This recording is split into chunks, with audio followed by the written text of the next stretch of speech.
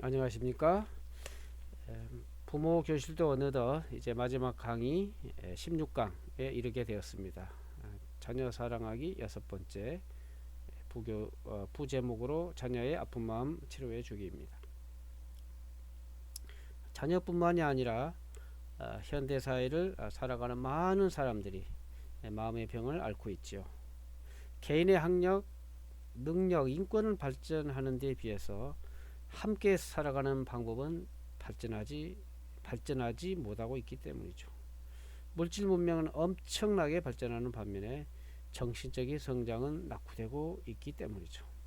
물질 문명이 중심이 될수록 인간다움은 사라지고 그 속에서 소외되고 낙오되고 비교되면서 수많은 사람들이 아픈 마음을 가지고 살아가고 있지요.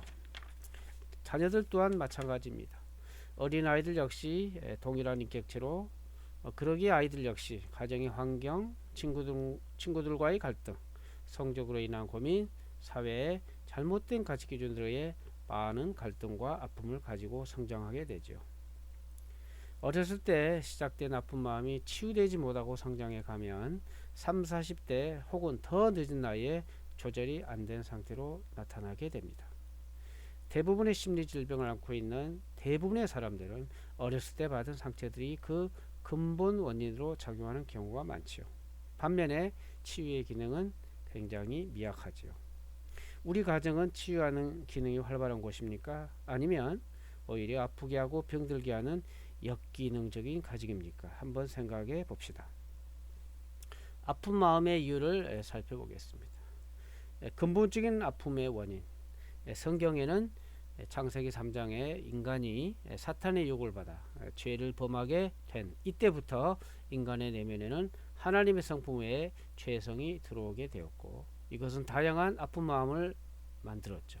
두려움, 부끄러움, 분노, 염려, 고민들로 인해서 우울증, 공황장애, 대인기피, 무기력, 분노조절 장애 등 모든 것들이 인간 속의 아픔의 유전자로 작동하기 시작했죠.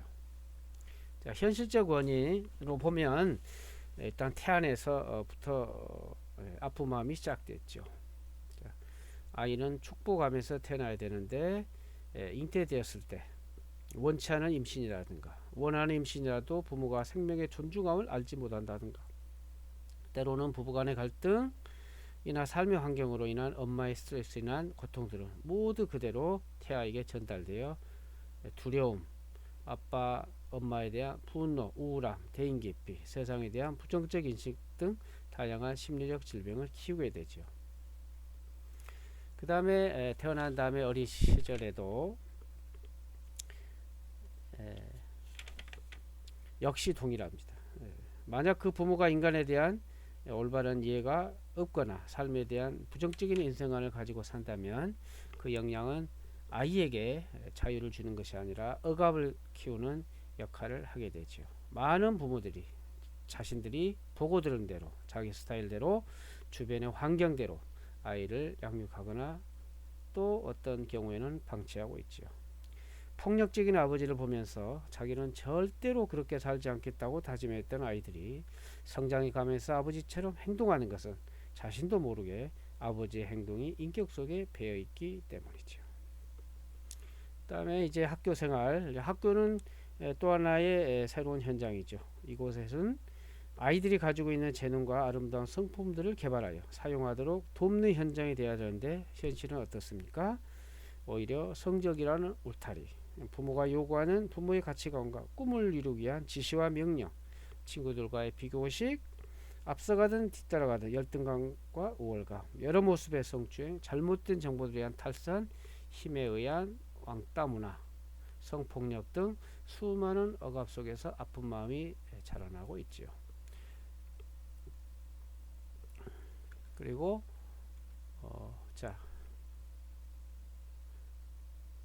그 다음에 이제 사회에서도 아픈 마음은 계속 진행이 됩니다. 사회가 보람찬 곳이 아니라 환경, 상하 관계에서 오는 압박과 상처, 성과를 내고 발전해야 되는 업무적 스트레스, 마음대로 말할 수 없는 상황들, 승진에 대한 압박감, 이런 것들이 계속적으로 직장 안에서 사회에서 아픈 마음을 키워내고 있지요.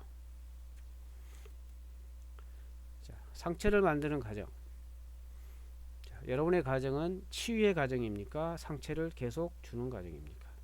가정은 실제적으로 치유의 기능이 있어야 되고, 부모는 자녀에 대해 치유할 줄 아는 리더십이 필요합니다. 그러나 안타깝게도 많은 아이들이 가정에서 부모로부터 혹은 형제, 자매, 친척들로부터 상처를 받고 살고 있죠. 몇 가지 사례를 보면 30대 어떤 사람은 어린 시절 아버지가 엄마에게 행동했던 폭언과 폭력이 상처로 남아 분노 조절 장애를 앓는 사람도 있고, 어떤 사람은 집안의 장녀로 태어나 어려서 아버지는 가출하고 엄마로부터 항상 야단과 책망을 받으며 장녀로서 의무만 행하다 보니 이것이 아픔으로 남아서 후에 어른이 되었을 때도 다른 사람과 좋은 관계를 갖지 못하고 분노 조절 장애를 앓는 경우도 있죠. 어떤 이는 어렸을 때부터 받았던 스트레스들이 계속 누적되어 호흡하기가 힘들어지고 쓰러지는 등의 아픔을 겪기도 하죠. 어떤 사람은 어린 시절에 당했던 성추행의 상처 때문에 삶이 망가지는 아픈 마음을 가진 사람도 있고, 어떤 사람은 중학생 때 아버지에게 받은 상처로 40이 넘어서도 우울증에 시달리는 경우도 있죠. 또 어떤 이는 어릴 때 듣고 자란 언어폭력, 바보 멍청이, 아무것도 못하는 게 등의 말에 의해 무기력증, 자기학대에 시달리는 사람도 있지요. 자, 치유하는 방법들에 대해서 살펴보겠습니다. 첫 번째는 언어입니다. 대부분의 상처는 언어 때문에 만들어지죠. 반대로 치유도 언어로 만들어집니다. 긍정적인 말, 칭찬하는 말, 감사의 말, 지지의 말, 이런 말들로 치유할 수 있는 거죠. 그 다음에 선택에 대한 지지와 격려 존중. 그 다음에 재능 개발, 본인이 하고 싶은 일이나 재능을 개발해 주는 역시 치유의 효과를 가져옵니다. 그 다음에 사과와 화해. 부부가 자녀 앞에서 싸운다면 이것은 자녀에게 상처로 남지요. 부모가 서로에게 폭언이나 폭행하는 장면은 자녀에게 상처가 되지만, 반대로 부모가 서로 사과하고 용서하고 화해하는 모습은 상처를 치유하는 역할을 하지요. 또 필요하다면 자녀와 화해하는 시간을 갖는 것이 좋습니다. 편지 쓰기. 때로는 부모의 진심 어린 마음을 담아 자녀에게 편지를 써보십시오. 굉장히 큰 치료 역할을 하게 됩니다. 그 다음 부모의 건강한 삶, 세상에 대한 긍정적인 자세 역시 중요한 역할을 하게 됩니다. 7번째, 학습보다 더 중요한 것은 자녀라고 인식하고 존중해 여길 때 치유가 됩니다. 부모가 항상 자녀의 성적에 중심을 두고 다그치면 이것이 부담과 상처가 되지만, 성적보다 자녀 그 자신에 대한 신뢰와 희망, 사랑을 보여주면 치유가 되는 거죠. 그 다음에 8번째, 부모가 치료자가 되어야 하지만 때로는 부모의 치유 범위를 넘어설 때도 있죠. 학교에서의 왕따나 친구들과 이성적 문제, 자기의 미래에 관한 고민 등으로 상처받았을 때는 부모에게 철저하게 숨기는 경우가 있지요. 이런 경우에는 전문 상담가를 통해서 아이가 치료받을 수 있도록 도와주어야 합니다. 마지막으로 영적 지지. 부모는 자녀를 위해서 기도해 주는 것이 무엇보다도 중요한 치유의 원동력이 됩니다. 자, 이상 부모교실 1강부터 16강까지 이렇게 했습니다. 코로나 사태 때문에 모여가지고 직접 대화하고 더 많은 토론하고 서로의 고민 같은 것도 듣고 또 같이 의논하면서 해결을 해야 함에도 불구하고 그렇게 하지 못하게 됨을 정말 죄송스럽게 생각합니다. 다음에 더 기회가 있을 때 그러한 시간을 갖도록 하도록 하겠습니다. 고맙습니다. 그리고 감사합니다.